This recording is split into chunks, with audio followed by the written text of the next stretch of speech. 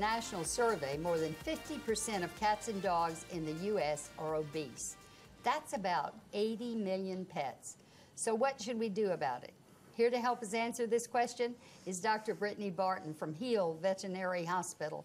I know our dog Smokey has a tendency to be fatter, but we're only giving him like a half a can in the morning and half a can in the evening of, I think the dog food is for less weight. Less active, yeah, less kind of formulation. And he's a very active dog now. Yeah, and you're doing the first thing that you can do to help prevent obesity in pets. I mean, because certainly we don't want them to be predisposed to diabetes. You know, we don't want them having osteoarthritis, hypertension, all of the things that can come hand in hand with having an obese pet. So the first thing you want to do is feed meals. And feed them smaller meals. Well, that's going to really depend on the food that you're choosing.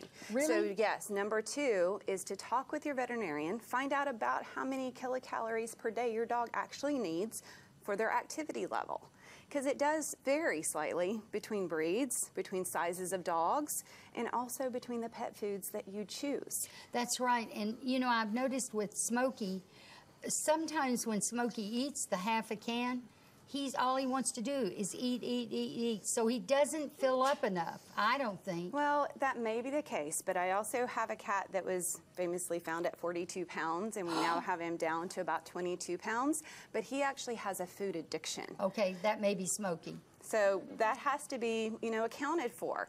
So really partner with your veterinarian. If you have a specific diet that, say, you've researched that you're very interested in, you like the company, you like for what they stand for, you need to actually pick up the phone and call them to find out how many kilocalories per serving. To really research it. To find out exactly how much protein, how much fat are you giving?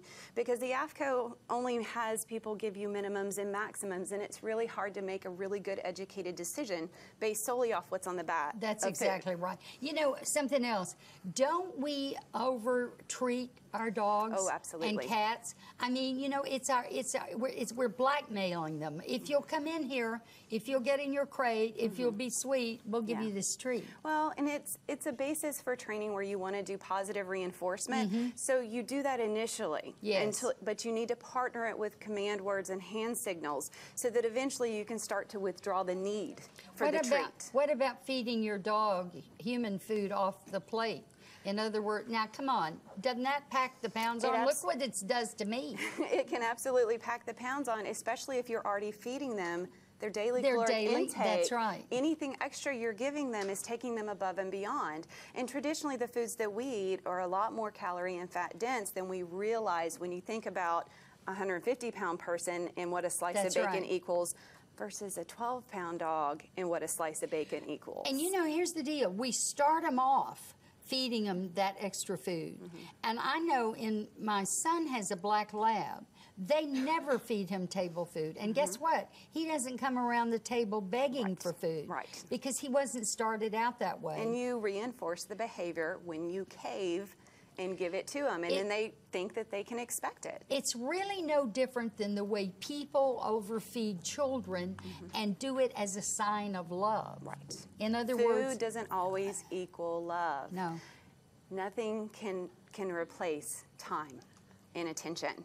And the same thing goes for animals. You're absolutely right. Time and attention shows love more than grabbing those treats and giving them the food. So really do some research, look at what the calorie intake is, and incorporate the treats into that calculation. If you want to give treats, if you have to give treats, we can plan for that. You can decrease the amount of the standard food that you feed them in their meals and incorporate an allowable amount of treats per day. Do you have a favorite food?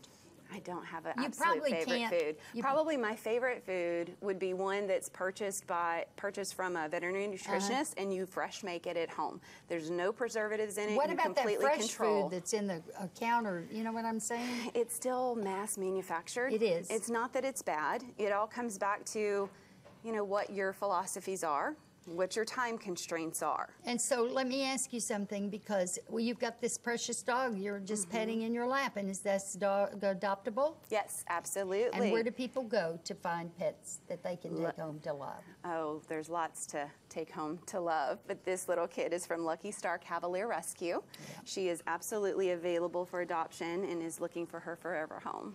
And we're hoping that maybe you might be the person that qualifies for that. That'll give a treat every now and then, but the real treat of love is the one you can give day after day, all day. The broadcast continues after the break.